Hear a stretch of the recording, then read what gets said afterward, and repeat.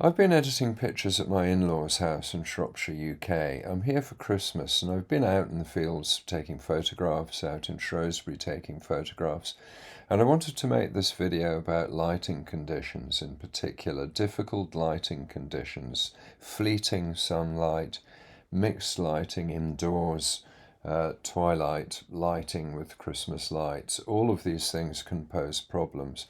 But more than that, I also wanted to address the problem that I've been suffering from here, which is working in somebody else's environment where lights are switched on and the colour cast that results can really affect and effectively ruin your photographs. Now, have a look at this photograph. This is where I'm editing. This was shot in daylight.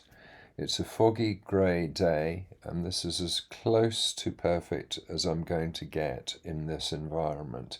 Have a look what happens when the lights are turned on. We've got 360-watt bulbs, very intense yellow cast, and the knock-on effect of this is going to be that I'm going to overemphasize the yellows in my photographs because I'm adjusting for that level of yellow in the environment. Okay, so my perception of the yellow is operating at -3 because of the environment. I'm going to look at my screen and I'm going to emphasize those yellows. And when I come back in broad daylight, which is strategy number one, it's not going to look good. So let's get stuck in. Now to start with, I want to do the corrections. So we've blown out the sky in the shot, but I think I can get that back. So let's bring down the highlights. Okay, so the only thing that's really peaking here is a blue. I'm going to bring down the exposure because we want to just bring a little hint of colour into that area. Now, in order to do that, now I'm going to go for a sky selection because I don't want to affect the rest of the picture. So add a new mask, sky, that's fine. We just want to edge that down. Now we've got just the hint of the blue in the sky. Now I want to select this tree. Now the challenge here is going to be we want the tree to stand out. We don't want this to stand out. So any alteration involving the colour orange is going to bring this area up here. We don't want that to happen. So we're going to do another local selection. First thing I'm going to do is I'm going to use my select objects to get this tree in.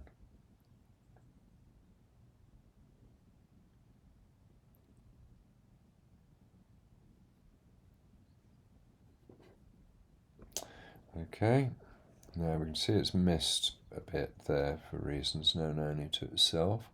So we can add to it and use a brush to do that. And just paint this area in here. Okay, so that's got that, but it's also picked up the sky behind, and I don't want that. So I'm going to intersect the mask with a colour range, and the colour range is going to be the orange of the tree. Okay, and there you have it. That's the selection. That's turned out beautifully. So what I want to do with this now is just warm that up a little bit.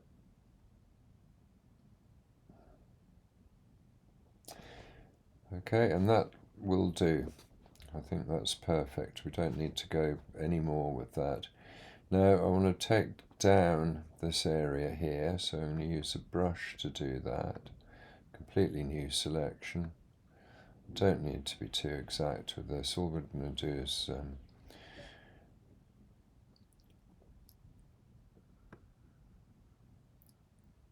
cool it down ever so slightly. Take the highlights out of it. a little bit. No, it's not really coming in and beating us around the head. Our attention is firmly on the middle of the picture. Now we want to deal with the grass. So we've got greens and yellows here. We want to be a little bit careful of the tree, a little bit respectful of the tree. So I'm going to try this. We don't need a local selection. I think we can do this with the colour mixer. So let's have a go. Here we go. And let's take the luminance down. That's okay. Luminance down of the yellow a little bit. Not too much. We don't want this to become unrealistic. And we can always go back in and select that. So there's our original sky selection. And we can just take that up a little bit until we get the blend better here, and that's perfect. Okay, that's brought out this pathway through to the tree, and I think that's as far as I would go with this, certainly before coming back and having a good look at it in the morning. I think we've got the colours right. We're kind of respecting the colours that were in the original. That's the original. Okay, that for me will do. There's a couple of rules that we're going to break. One being the saturated blacks. It's a night scene, so when I shot this, what I didn't want to do was to overexpose the lights. So if you sort of go with what the camera is telling you, if it's metering based on the whole scene, you're going to end up with something that looks a bit like this. Okay, so that's probably how much darkness there was in the scene to begin with, but if we'd gone with that,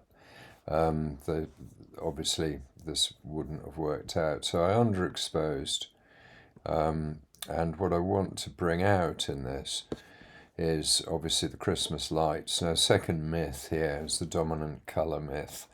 The dominant colour is the colour that you're directing the eyes to, the viewer's eyes. So you might say with this picture the dominant colour is blue because almost the whole picture is blue, but that's not what we're looking at. What we're looking at is this area here, and that area there. So your dominant colours are yellows, greens, purples and reds. So let's have a look at this. Now, interestingly, and as an aside, what we're looking at here is probably a quadratic colour scheme, because we've got the four strong colours all in the area where we're supposed to be looking, and blue is in the background. But passing that by the by, what do we want to make out of this picture? Well, the things that are important are the signs. But we also want to draw attention to the fact there's a big queue of cars going into the background, all of which have got their lights on. We've got some warm light here. We've got a reflection here, which I'm not quite convinced about. It's reflecting from up here, and that's the green light on this car as it drives through the scene. We want to make more out of this headlight splash. I mean, it's a pity it hadn't been raining, but then we would have got a lot more out of it. But we will deal with what we've got to make it a decent picture. Okay, so let's get on with it. Now, we've just looked at the exposure. I'm happy with the exposure as is. I'm not going to raise the blacks. So this really is quite straightforward. We've exposed for the lights, so these lights are showing up nicely. Now, the one thing that I might be tempted to change in this these purples here, which I don't actually like. I think it's a personal thing, but if I want to, I can come down into my colour mixer. I can take the purple and I can change that to blue. Is that preferable? And that's just reducing the luminance on the purple. If we change here, now we've got a much more obvious blue, and I think that personally suits me better. I like that, but it's a little detail. I wasn't terribly happy with that purple. Okay, so, but not forgetting that we've removed purple from all of the rest of the picture, but I think in this picture that it doesn't actually make any difference. So now let's see what we can do with the blues. Now we don't want that, and we don't want to bring magenta into it, so definitely not changing the hue. Have a look at the saturation. I might be tempted to saturate it a tiny little bit more, but not massively. And luminance,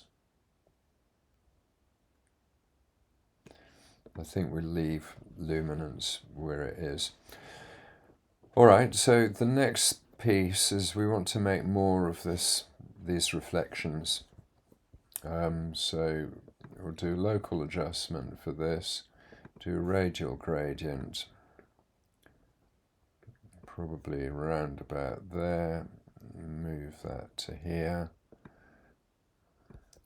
bring that to there, bring that in a little bit. We don't want it actually on the car itself. And let's just take that up a little bit, and now we're getting much more of a reflection in there, and that I think looks nicer. So before, after, so that lifts our foreground a little bit.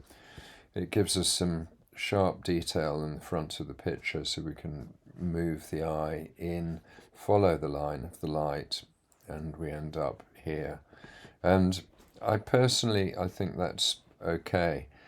Now, anything more on this picture, it's an interesting one, because really we're only interested in the lights. So I would perhaps come back out here, come back to my basic, and let's just play around a little bit. If I move global contrast a little bit, that's making the lights a little bit more vivid again, because we've got such a dark area the rest of the time. It's not going to really make anything problematic. It has brought out the oranges here a little bit more, that's fine. I'm happy with that. Highlights, if I take that down a touch, I'm increasing the yellows here. So the highlight that's coming down is the light behind it. I don't want to take that massively down, but let's just have it so that the lights are crisp here in the front, and let's revisit that adjustment here, and let's just take that up a little bit more so that that restores our reflections. And I think for me that's probably as far as I need to go with this. So we're breaking rules here, no question about it. We've got darks that you can't see any detail in at all. We've really crushed the blacks, but it's in service of the picture. I think we've got a nice sort of balance here between the headlights and the lights up top. It's not a great picture, but it's the difference between having a picture that works and a picture that doesn't. Okay, so that's before, that's after, before, after. So I think we brought a little bit of depth into it. We might just want to pull that up again. The highlights were down there, so I think we're good with this. I think this is fine. All right, so let's move on to the next picture. And this next picture is a proverbial doozy. This is the mixed lighting nightmare. Now, it's an indoor scene, it's in the market. As ever, I've underexposed this because we don't want to blow out the actual lights themselves, although to some extent it's inevitable, but it's the difference between being able to sort of make out the area of the light bulb and having this as a completely white blob. Similarly, getting the detail on these lights here. You can see it's also a very noisy picture, but we can correct that, I think. So, now what the issue is here is mixed lighting. Now we've got daylight coming in top left, top right.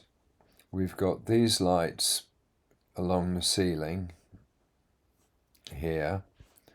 We've got the Christmas lights here. We've got this strange light, which I've no idea what that is. But nonetheless, it's there and it's not the same as any of the other ones. So we've got this picture with a sort of strange, muddy cast. And getting rid of this type of cast is really, really difficult. The strategies that are open to us are, normally we try to do this with the temperature and tint, and I'm quite sure it's possible, but it's difficult. First way that I would do this, I would bring this up here so that we've got more of a balanced exposure. Take this down, lift the shadows. Okay, so now we've got more of a balanced exposure. We could have a better attempt. Now, the first thing to say about this is that any movement here is going to make that more warm. It's going to make everything in the picture more warm. Taking it down is going to make everything in the picture more cold. And I have to say that from this perspective, taking it down appears to be the sensible way to go, but bear with me. The tint you use to offset effectively the blue to the yellow, so you can add green if it's getting too blue, add magenta if it's getting too yellow, right? And we've actually strayed into an area which is not too bad, but bear with me. What we want to focus on here, because these will affect everything in the picture, is we want to establish what has been well lit in terms of the colour. Now, for me, I think it's this area here. So if we blow this up a little bit, okay, we've got what appear to be onions. The peppers are green. That's good. I'm not quite sure what these red berries are. Looks like we've got mushrooms here. But this all looks to be reasonably accurate in terms of colour. Up here, it's not. There's a distinctly greenish tinge creeping into these yellow labels up here. We're not too far out, so we are in the ballpark. The skin doesn't look too bad. So we have got into the ballpark, but let's just so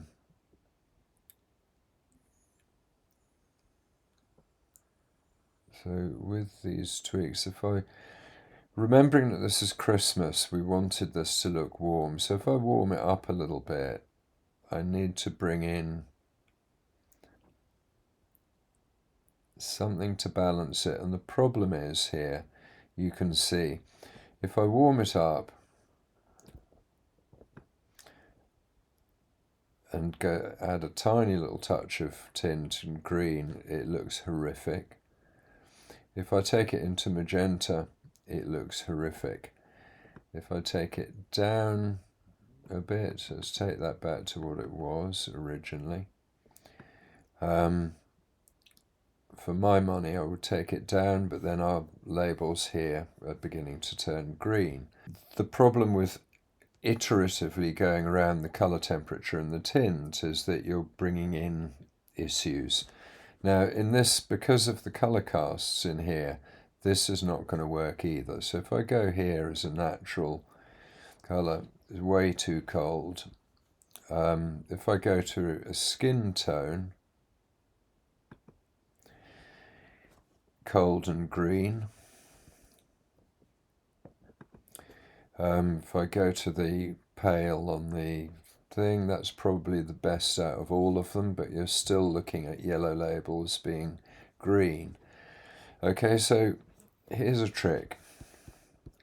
If I take this into Photoshop, I want to bring in a curves layer here. Okay,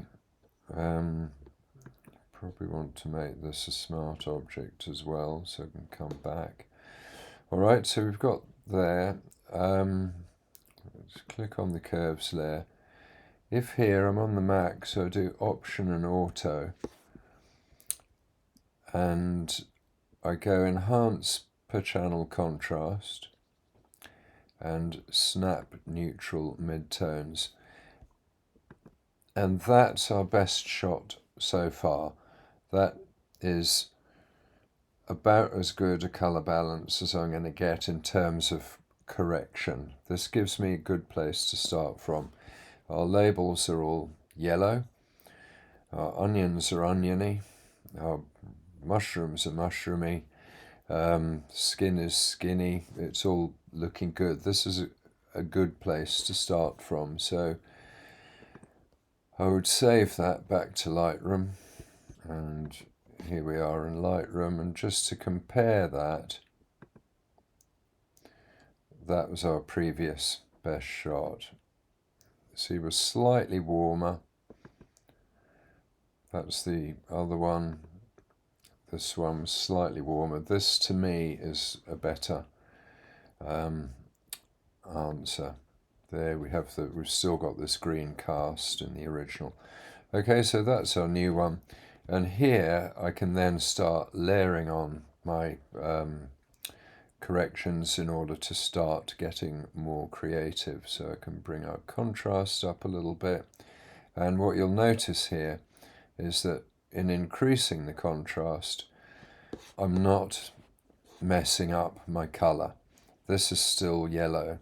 These are still orange. This is still green. And this is now entirely consistent. If I were to do this with the old version with the color cast, I'd be baking that color cast into the image. So from this point on, and I'm not going to go through the entire picture, but what I would do is say this is a Christmas picture. It needs to look more Christmassy. So I would take this as being my point that is, as far as I'm concerned, we know that it's not naturally well lit, but it is lit to the point that we would consider this Christmassy. So everything else is slightly dim here, so I would do a little bit of lifting in the shadows. Let's just actually try that a touch. So there my shadows lifted a little. Again, it hasn't altered anything significant in the picture, and we can continue down this route of normal processing. So the key takeaway in this is get your white balance right. 9 times out of 10 you can get it right, and I very nearly did by accident. I had actually been struggling with this for nearly 20 minutes prior to recording the video, to do this with simply the temperature and the tint. The final takeaways here, what to do about ambient light. Well, the main thing is, and you've seen me do this with a couple of these photographs, is to make a decision about what part of the picture we need to be faithful, because everything else flows from that.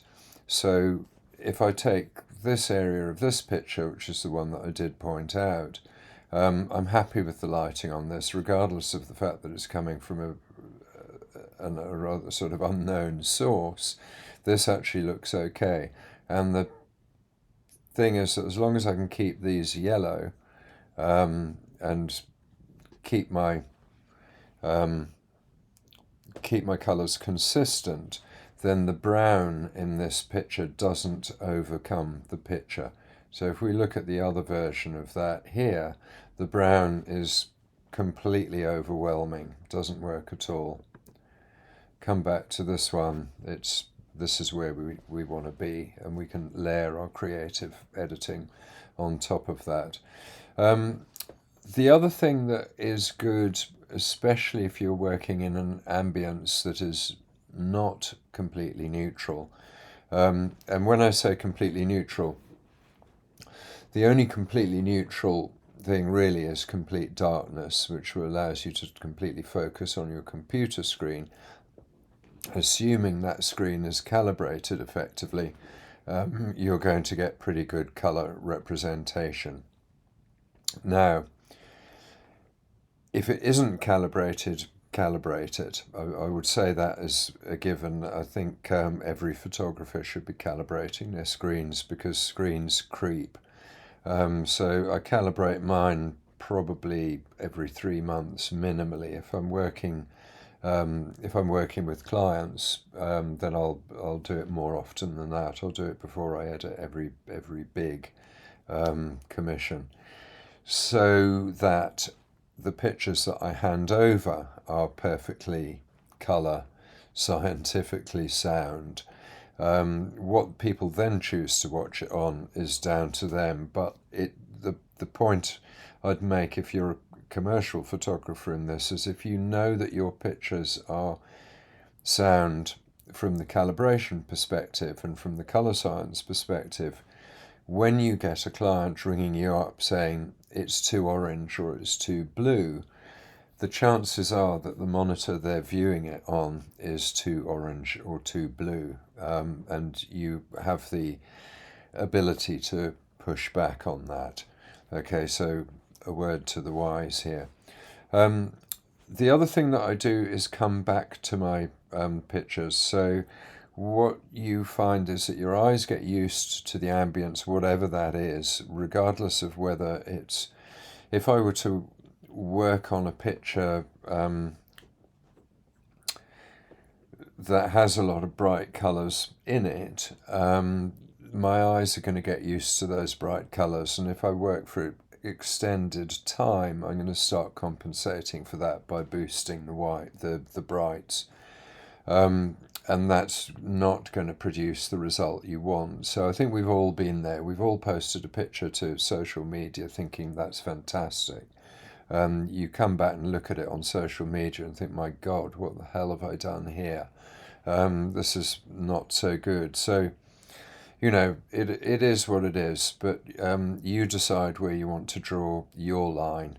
For me, I'm increasingly of the opinion that I need to check every single picture before it gets posted to social media, given to a client, or whatever it happens to be.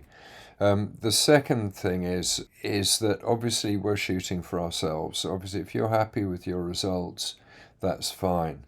But I think we all start out doing global adjustments, increasing contrast, making the pictures pop in inverted commas, and that's a path that we go down.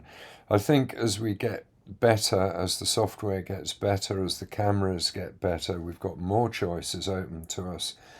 And I think it's a healthy thing to engage with those choices and to level check where we're at. We shouldn't necessarily be doing the same thing that we were doing 5 years ago, because if it worked 5 years ago doesn't mean that it's the best thing now. I think we should all explore and all be aware of what's going on around us. The key point, though, here is that where this is really important, regardless of, you know, of what I just said, where this is really important is if you want to print. There is nothing like a printer for showing you the imperfections in your color processing. Okay, so those are the key takeaways. In order to avoid the shortfalls, just to summarize them, focus on the key colors that you want to get right in the individual picture. Everything else will fall into place. Don't try and correct everything at once. Be aware, conversely, that global adjustments carried out while you're looking at a very small area of the picture are highly likely to create unpleasant knock-on effects in other areas of the picture. So keep zooming in, keep zooming out, keep a check on it, and be aware that your eyes get tired. Be aware that you need to look at this in daylight. If you're editing at night, don't post anything until the next day. Look at it in the cold light of day. And when I say the cold light of day, that's exactly what I mean. The best light that anyone who doesn't own a photography studio or a dedicated space that's painted black or mid-grey is going to have some issues with calibrating their colour correctly. And I think that soft daylight is the best possible light that you can look at if you're not in a studio. So if you're staying as I am with your in-laws for Christmas, have a look at it in the daylight, no electric light on, and see if you still think the colour is good. If you do, print it. If you don't, change it. Okay, guys, that's all for this week. Again, if you're not already subscribed to the channel and you found this useful, do subscribe to the channel. That way you'll be alerted to future videos as they come out. There will be another video next week, regardless of the Christmas break. It will be on the subject, a more general subject about photography and why we all do this thing that drives us nuts on a regular basis. All right, guys, thanks very much. Give us a like down below and see you next week. Thanks.